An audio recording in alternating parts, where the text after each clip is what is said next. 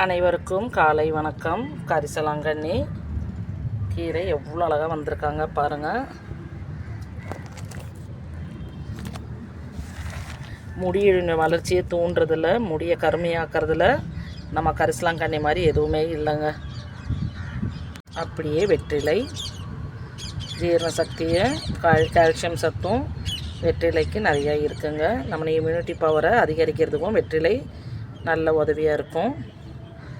ரம்பை இலை பசியை தூண்டி சாப்பிட வைக்கும் நறுமணம் கொண்டது. அப்படியேங்க இவங்க ஜீரண சக்திக்கும் ரொம்ப நல்லவங்க. இவங்க கீரை வயிறு புண்ணு நல்லா சரி பண்ணிடுங்க. நல்ல சுவையான ஒரு கீரை. தூதுவளை நம்ம வீட்டில் இல்லைங்க.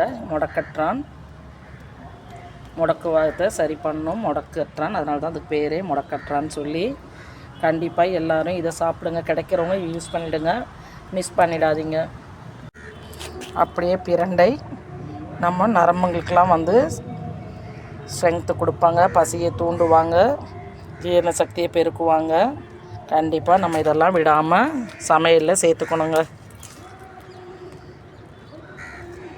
அப்படியே துளசி குழந்தைங்கள்லேருந்து பெரியவங்க வரைக்கும் சளி பிடிச்சா நம்ம கஷாயம் வச்சு சாப்பிடலாம். ஆவி பிடிக்கும் பொழுது சுடுதண்ணியில் இதை போட்டு பிடிக்கும் பொழுது நம்மளுடைய நீர் கோத்தல் சரியாயிடும். முகமும் பளிச்சுன்னு ஆகிடுங்க. அழுக்கெல்லாம் இருந்தால் அதெல்லாம் எடுத்துரும். இது ஒரு ஃபேஷியல் மாதிரியும் சொல்லலாம்.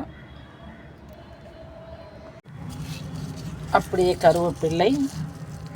கருவேப்பிலைனா தெரியாதவங்க யாருமே இல்லை. அயன் சத்துக்கும் நம்ம ஜீரண சக்திக்கும் வாசனைக்கும் கண்டிப்பாக இதை யூஸ் பண்ணாதவங்க யாருமே இருக்க மாட்டாங்க.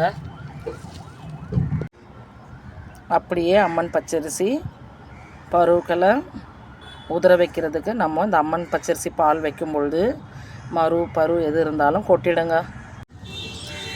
அப்படியே கீரை தண்டோட விதைகளை எடுத்துடலாம். நம்ம நிறைய விதைகள் இருக்காங்க.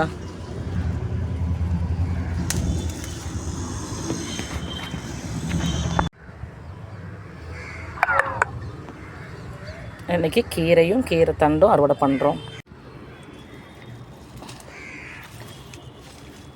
ஐயப்பனுக்கும் பெருமாளுக்கும் மாலை தொடுக்கிறதுக்காக துளசி நான் கட் பண்ணுறேங்க. இன்றைக்கி நம்மக்கிட்ட துளசி வெரைட்டி 2 இருக்குது. கருப்பு கலர் துளசி, கருந்துளசி சொல்கிறதும் ராமர் துளசின்னு சொல்கிறேன். இந்த 2 துளசியும் நம்ம வீட்டில் இருக்குங்க. நிறைய செடி இருக்காங்க. நம்ம வாரத்தில் 2 நாள் பறிச்சுக்கிட்டு தான் இருக்கோம். நல்லா வந்துகிட்டே இருக்காங்க. ரொம்ப சந்தோஷம். அதில் எனக்கு நம்ம மாலை கட்டி போடுறதுலேயும் மனநிறைவு. இந்த மாதிரி அவங்களும் நிறையா கொடுக்கும்பொழுது ரொம்ப சந்தோஷமாக இருக்குது.